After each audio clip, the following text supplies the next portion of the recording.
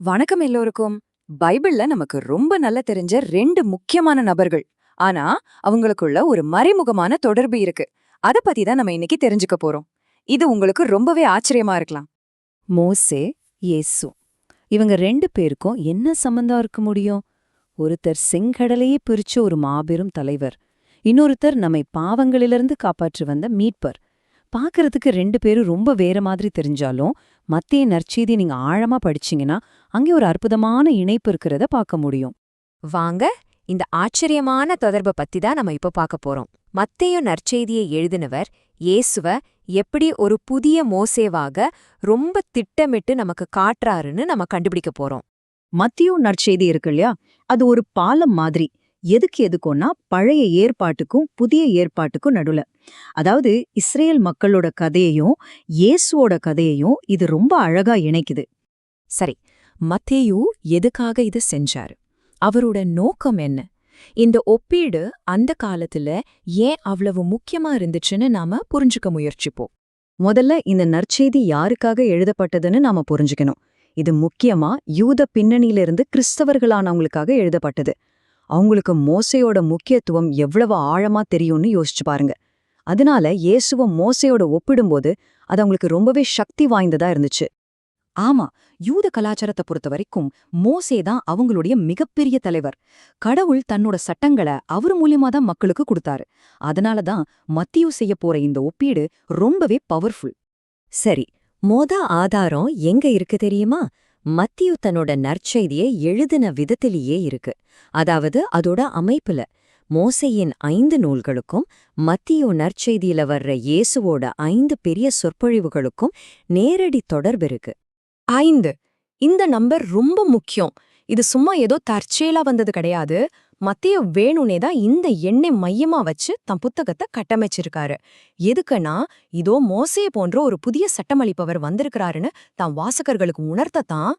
மழைப்பொழிவுல ஆரம்பிச்சு இறுதி வருகை பற்றிய பொழிவு வரைக்கும் இந்த 5 சொற்பொழிவுகளும் இயேசுவோட போதனைகளோட இதயம் மாதிரி. மத்தேயு தன்னோட முழு நற்செய்தியையும் மோசேயோட நூல்களை ஞாபகப்படுத்துற மாதிரி இந்த எண்ணை சுத்தி அமைச்சிருக்காருங்கிறது ரொம்ப தெளிவா தெரியுது. வாங்க, அடுத்த கட்டத்துக்கு போலாம். இந்த ஒற்றுமை வெறும் புத்தகத்தோட அமைப்புல மட்டும் இல்ல, அவங்க 2 பேரோட வாழ்க்கையிலையும் அப்படியே எதிரொலிக்குது. ரொம்ப ஆச்சரியமான சில ஒற்றுமைகளை பார்க்கலாம். முதல்ல இத பாருங்க. 2 பேருமே குழந்தையா இருக்கும்போது ஒரு கொடுங்கோல் அரசன் அவங்கள கொல்ல பார்த்தான். மோசேவ ஃபாரோன், இயேசுவ ஏரோது. இது தற்செயலா நடந்திருக்க வாய்ப்பே இல்லையா? அடுத்தது எகிப்து தொடர்பு. இது ரொம்ப சுவாரஸ்யமானது. மோசே மக்களை எகிப்தோட அடிமைத்தனத்திலிருந்து வெளியே கூட்டிட்டு வந்தாரு. ஆனா மத்தேயு என்ன சொல்றாருன்னா, இயேசு மக்களை பாவத்தின் அடிமைத்தனத்திலிருந்து காப்பாத்த எகிப்திலிருந்து திரும்பி வந்தாருன்னு சொல்றாரு. பாத்தீங்களா அந்த சின்ன ஆனா ஆழமான வித்தியாசத்தை?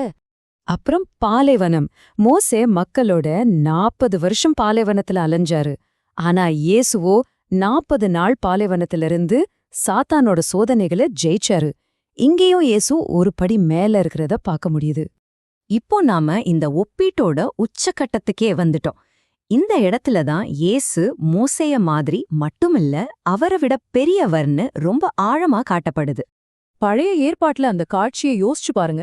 மோசே சீனாய் மலைக்கு போனாரு. எதுக்கு? கடவுள்கிட்ட இருந்து சட்டத்தை பெற்றுக்கொள்வதற்காக. அவர் கடவுளோட செய்திய மக்களுக்கு கொண்டு வர்ற ஒரு கருவி. ஆனா இயேசு நம்ம புதிய மோசே. அவர் ஒரு மனைக்கு போறாரு. ஆனா சட்டத்தை வாங்கிக்கிறதுக்கு இல்ல, சட்டத்தை தன்னுடைய சொந்த அதிகாரத்தோட கொடுக்கறதுக்கு. இதுதான் இங்க இருக்கிற மிகப்பெரிய வித்தியாசம். இயேசு சட்டத்தை கொண்டு வரவில்லை, அவரே சட்டத்தின் ஊற்றுக்கண். இத அவரோட வார்த்தைகளிலே கேட்கலாம். பழைய சட்டத்துல இப்படி சொல்லப்பட்டிருக்குன்னு நீங்க கேட்டிருக்கீங்க. ஆனா நான் உங்களுக்கு சொல்றேன். இந்த நான் உங்களுக்கு சொல்றேங்கிற வார்த்தையில எவ்வளவு அதிகாரம் இருக்கு பாருங்க. அவர் பழைய சட்டத்தை மேம்படுத்தி அதை முழுமையாக்கினாரு. இன்னொரு சக்தி வாய்ந்த உதாரணம், மோசே வானத்திலிருந்து மண்ணாவ மக்களுக்கு உணவா கொடுத்தாரு. ஆனா இயேசுவோ அப்பத்தையும் மீனையும் பெருக்கி அதுக்கும் மேல அவரே வாழ்வு தரும் உணவாக மாறினார். சரி, இவ்ளோ ஒற்றுமைகளை பார்த்தோம். இதெல்லாம் நமக்கு என்ன சொல்ல வருது? இயேசுவோட உண்மையான பங்கு என்ன அப்படிங்கறத நாம இப்ப தொகுத்து பார்க்கலாம். மத்தேயு தன்னோட நற்செய்திய இம்மானுவேல்ங்கிற ஒரு வாக்குறுதியோடு தான் ஆரம்பிச்சு முடிக்கிறாரு. அப்படின்னா கடவுள் நம்மோடு இருக்கிறார்னு அர்த்தம். இயேசுவின் பிறப்பிலிருந்து அவர் நம்முடன் என்றென்றும் இருப்பதாக வாக்குறுதி அளிப்பது வரை இதுதான் முழு நற்செய்தியோட மையக்கருத்து. சுருக்கமா சொல்லணும்னா இதுதான் நாம புரிஞ்சுக்க வேண்டிய விஷயம். மோசே சட்டத்தை கொண்டு வந்தாரு, ஆனா இயேசு அந்த புதிய மோசே சட்டத்தை விட மேலான அருளையும் உண்மையையும் கொண்டு வந்தாரு. அவர் வெறும் இன்னொரு இறைவாக்கினர் இல்ல, அவரே மோசே உட்பட பழைய ஏற்பாடு முழுவதும் எதிர்பார்த்திருந்த முழுமையான நிறைவேற்றம். அப்போ இந்த கேள்வியோட நம்ம முடிக்கலாம். இயேசுதான் புதிய மோசேனா அவரோட அந்த அன்பின் புதிய சட்டம் இன்னைக்கு நம்ம கிட்ட அந்த எதை எதிர்பார்க்குது? இது நம்ம ஒவ்வொருத்தரும் யோசிக்க வேண்டிய ஒரு முக்கியமான கேள்வி.